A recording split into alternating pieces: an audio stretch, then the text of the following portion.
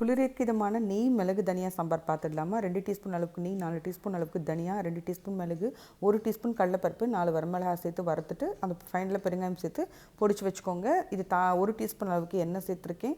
10லேருந்து 12 சின்ன வெங்காயம் போல் சேர்த்துக்கோங்க.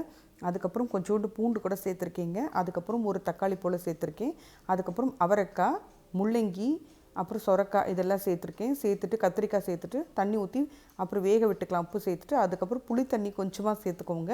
சேர்த்துட்டு நல்லா கொதி வந்த பிறகு நம்ம பருப்பு 150 கிராம் அளவுக்கு துவரம்பருப்பு வேக வச்ச துவரம்பருப்பு எடுத்து வச்சுருக்கேன். இது தாளிப்புக்கு ஒரு 3 டீஸ்பூன் அளவுக்கு நெய் சேர்த்துருக்கேன். கடுகு 1/2 டீஸ்பூன், சீரகம் 1/4 டீஸ்பூன், உடச்ச உளுந்து 1/4 டீஸ்பூன், எல்லாம் வெந்தயம் சேர்த்துட்டு 2 வரமிளகா, பெருங்காயம், கருவேப்பிலை தாளிப்பு சேர்த்துடலாம். அதுக்கப்புறம் வேக வச்ச பருப்பு தாளிப்பு, அதுக்கப்புறம் ஃபைனலாக அரைச்ச பொடியில் ஒரு 3/4 வயசுவே சேர்த்துட்டேன். நம்ம காரத்துக்கு எதுவுமே சேர்க்கத்தல இல்லையா, அதை சேர்த்துருக்கேன்.